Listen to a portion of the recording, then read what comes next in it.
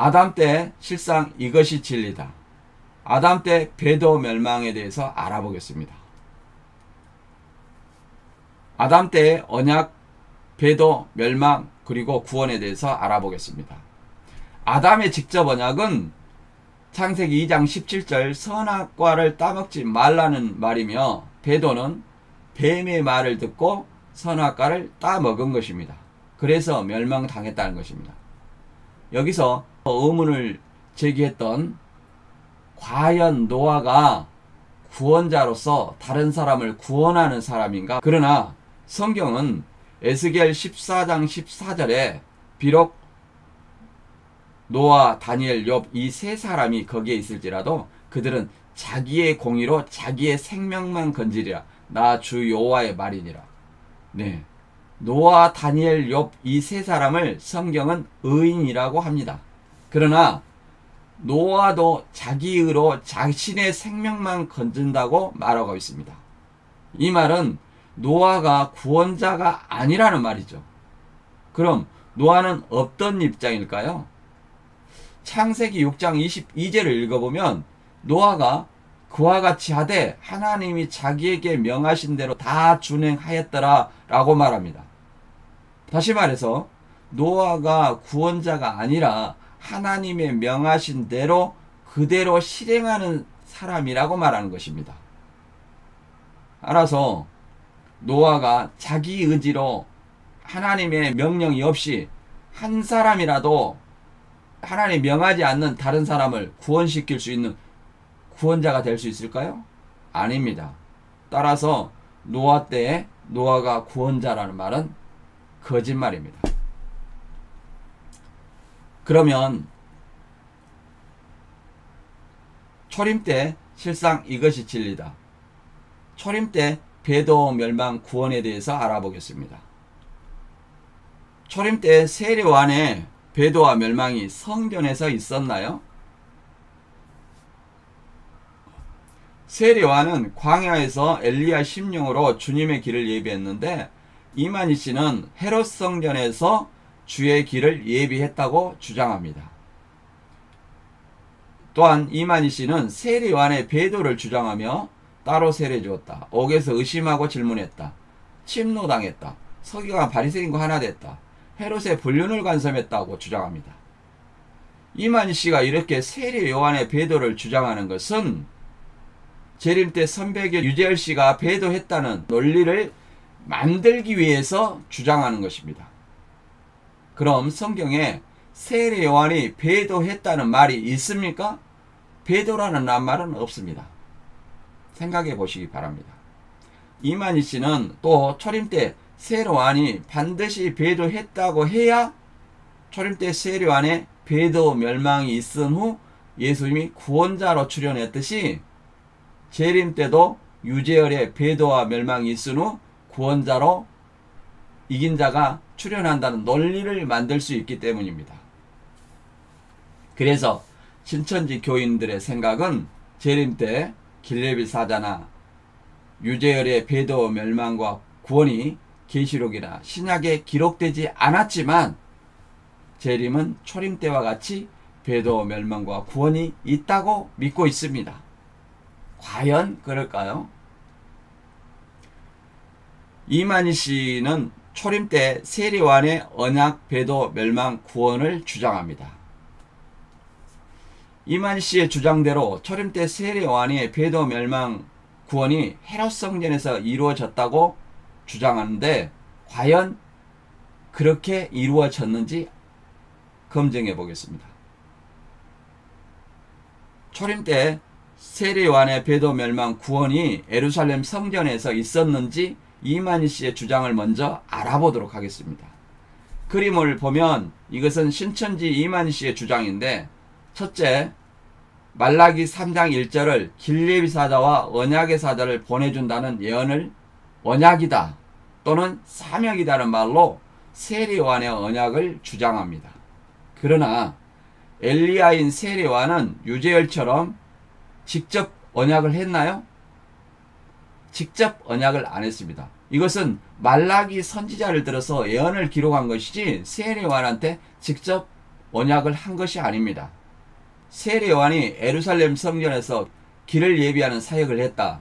그리고 세례 요한의 배도의 논리로 마태 11장 2절의 말씀처럼 세례 요한은 옥에 갇힌 후 예수님을 의심하고 예수님이 오실 그인지 질문을 했다. 그리고 예수님은 바람에 흔들리는 갈대라고 했기 때문에 이만희 씨는 세례 요한이 배도했다고 주장합니다.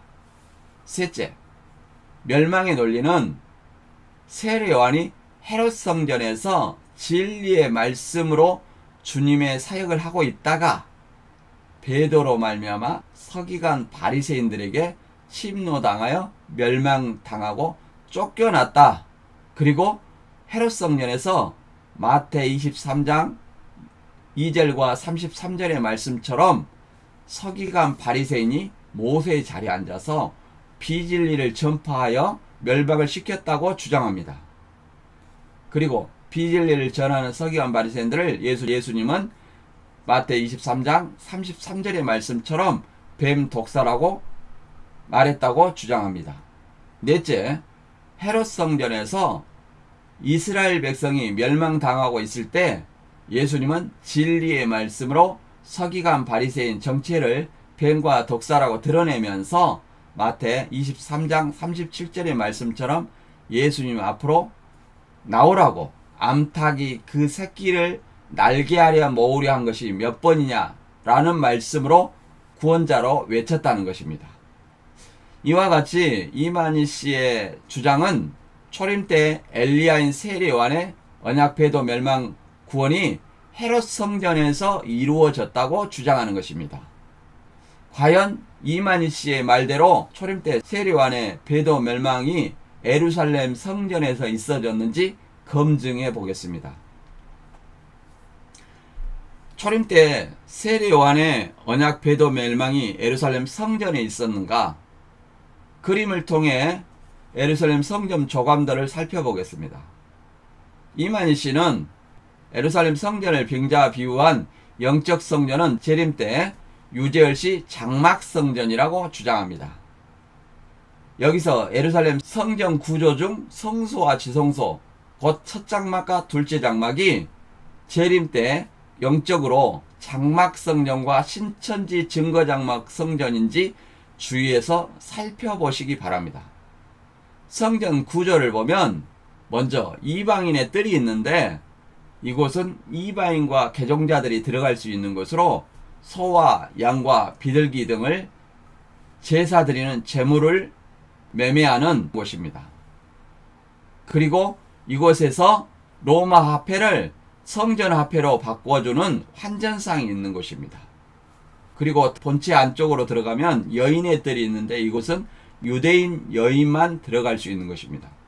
그리고 이방인 뜰과 여인의 뜰 사이 울타리 벽에 경고문이 부착되어 있습니다. 이 경고문은 이방인과 부정한 자들이 성전 안에 들어가면 죽는다는 경고문구가 있습니다. 그리고 더 안쪽으로 들어가면 이스라엘 뜰이 있는데 이스라엘 뜰은 유대인 남자들만 들어갈 수 있는 곳이고 그 다음 성소와 본체 앞에 제사장의 뜰이 있습니다. 이 제사장의 뜰은 제사장들만 드나들며 제사를 드리는 곳입니다. 그리고 성전의 본체인 성소인 첫 장막은 등대와 상과 진설병이 있고 그리고 분향잔이 있기 때문에 이 성소 첫 장막에서 레위지파 제사장이 매일 아침 저녁으로 분향하고 제사 드리는 곳입니다. 그리고 지성소 둘째 장막은 두 돌판을 넣은 언약궤와 만나를 담은 항아리 아론의 쌍난 지팡이가 있는 곳이며 언약궤에 두 그룹이 있고 두 그룹 사이에 하나님이 임재하는 장소로 죄를 사하는 쉬운 자라고 말하는 것입니다. 이 지성소는 아론의 후손인 대제사장이 1년에 1차씩 자기 향로를 가지고 불을 피워 들어가는 것이고 염소와 송아지를 잡아 자기와 백성의 죄를 사하기 위해 1년에 딱 한 번 들어가는 곳입니다. 그렇다면 여기서 과연 매일 제사 드리는 곳인 성소 첫장막이 세례 요한 설교하는 장소였으며 이것이 재림 때 영적 장막 성전을 나타내는가? 1년에 한 번씩 지성소 곧 둘째 장막이 예수님이 설교한 곳이며 이것이 재림 때 이만희씨 신천지를 말하는 곳인가? 여러분은 성전의 특성을 들어보시면서 과연 초림 때 성소가 세례요한이며 지성소가 예수님, 재림 때 성소가 유재열씨, 지성소가 이만희씨, 그렇게 생각됩니까? 아닙니다. 우리는 이미 성전이 무엇인지 잘 알고 있습니다. 헤롯 성전은 육적 성전이며 영적 성전은 세례 요한과 예수님을 얘기하는 것이 아니라 예수님 자체가 성전입니다. 그리고 예수님을 믿어 성령을 받은 믿는 자가 성령이 거하는 성전이라는 것을 알고 있습니다.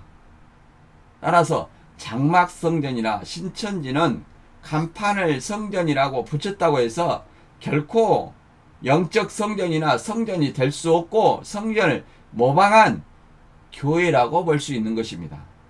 이만희 씨가 모든 사건이 성전에서 이루어진다고 주장하기 때문에 성전의 특성을 한번 살펴봤습니다. 첫째, 재림 때 유젤은 피언약을 했는데 세례 요한은 왜 하지 않았는가? 또 말라기 3장 1절 예언이 언약인가 아니면 사명인가를 알아보겠습니다. 둘째, 세례 요한이 예루살렘 성전에서 길례비를 했는가? 또 성전이 설교하는 곳인가 아니면 제사하는 곳인가 알아보겠습니다. 셋째, 세례 요한이 옥에서 의심해서 질문한 것이 배도인가 아니면 재림 때 유재열을 배도자로 만들기 위해서 세례 요한을 배도자로 만드는 것인가? 넷째, 서기관 바리새인이 모세의 자리에 앉아서 비진리를 전파했는가? 서기관 바리새인이 비진리를 전파했기 때문에 뱀 독사라고 했는가? 다음 성경을 통해서 검증해 보겠습니다.